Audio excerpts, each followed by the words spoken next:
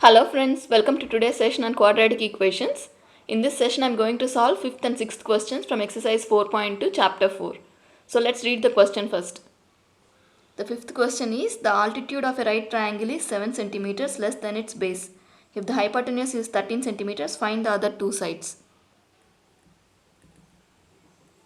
So it is given that there is a right angle triangle.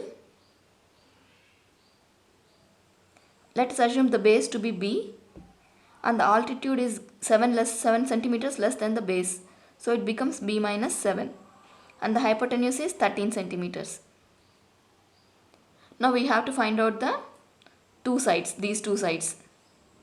So we know the Pythagoras theorem, right? Pythagoras theorem is the sum of the square of the hypotenuse is equal to the sum of the squares of the other two sides. So it becomes B minus 7 whole square plus B square is equal to 13 square. So B square minus 14B plus 49 plus B square is equal to 13 square is 169. So 2B square minus 14B plus 49 minus 169 is equal to 0. That implies 2B square minus 14B, 160 minus 40 is 169 minus 49 is 120 minus 120 is equal to 0. I will divide the entire equation by 2. Dividing the equation by 2. On both the sides. That implies B square minus 7B minus 60 is equal to 0. Okay, now we have to split this middle term into the factors of 60. B square coefficient is 1 and the constant term is minus 60. So the product becomes minus 60. So the LCM of 60 is 2 30s, 2 15s, 3 5s are 15.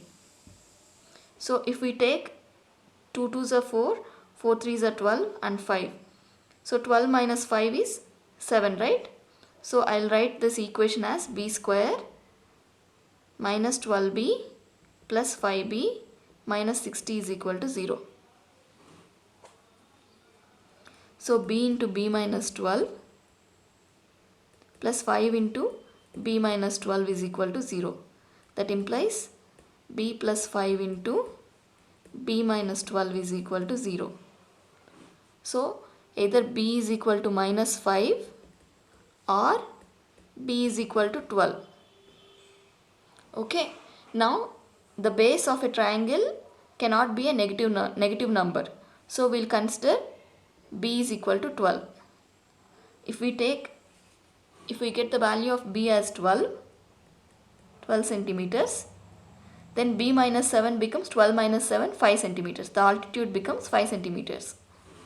So we got the base value as 12 centimeters and altitude is equal to B minus 7, that is equal to 12 minus 7, that is equal to 5 centimeters. Hope this is clear for you. I have used Pythagoras theorem to form a quadratic equation for this right angle triangle and then solve this equation to get the other two sides of the right angle triangle. Now let's move to the 6th question.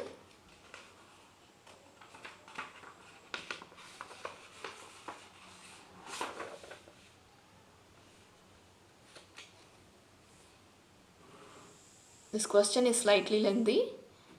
A cottage industry produces a certain number of pottery articles in a day. It was observed on a particular day that the cost of production of each article was 3 more than twice the number of articles produced on that day. If the total cost of production on that day was rupees 90, find the number of articles produced and the cost of each article. So let us assume the cost of each article to be C. Okay, cost of each article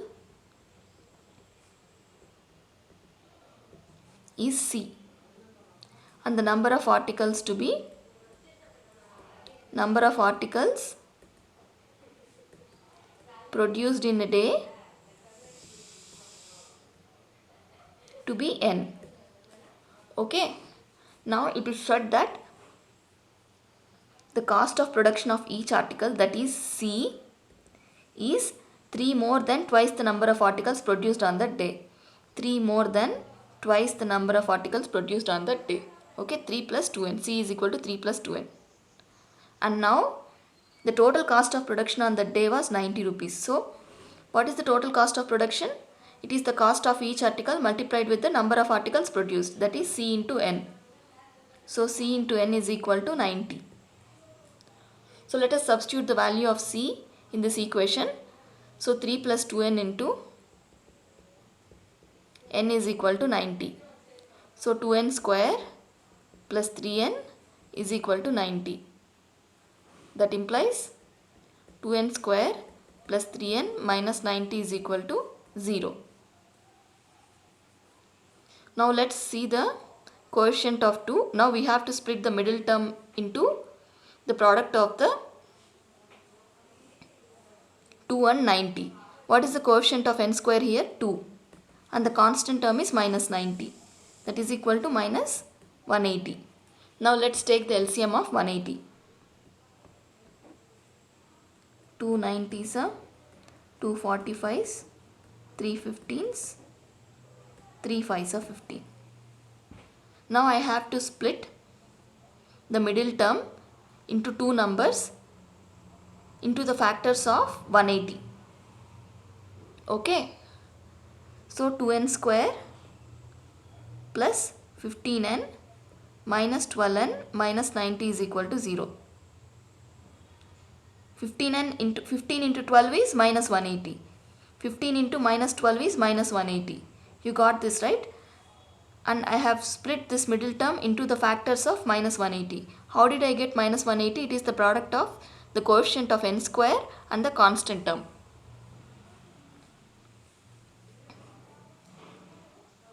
Now if I take 2n common from these two terms, 2n into n minus 6 plus 15 into n minus 6 is equal to 0.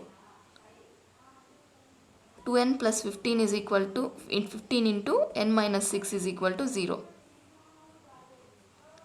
So that implies 2n plus 15 is equal to 0 or n minus 6 is equal to 0.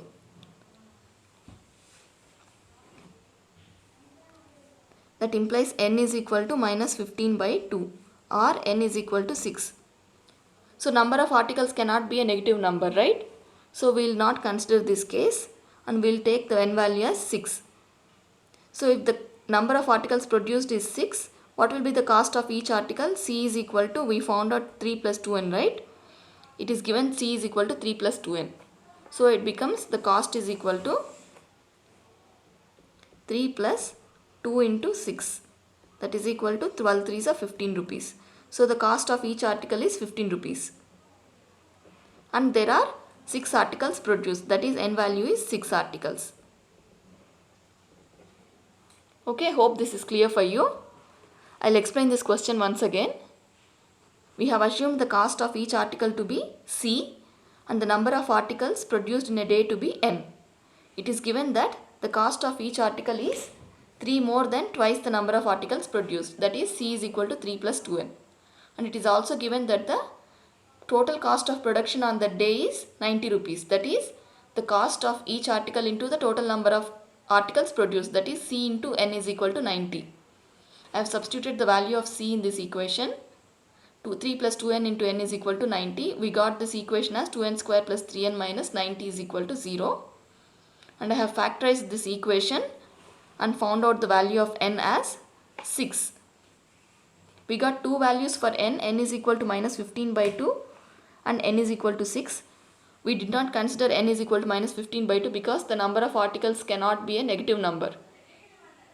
So we have taken n value as 6 and the cost becomes 3 plus 2n, that is equal to 15 rupees. That's all for this session. You can refer to other videos for more solved questions from this exercise. And please subscribe to the channel and share the videos. And also please leave the feedback in the comment section below. Until then, see you.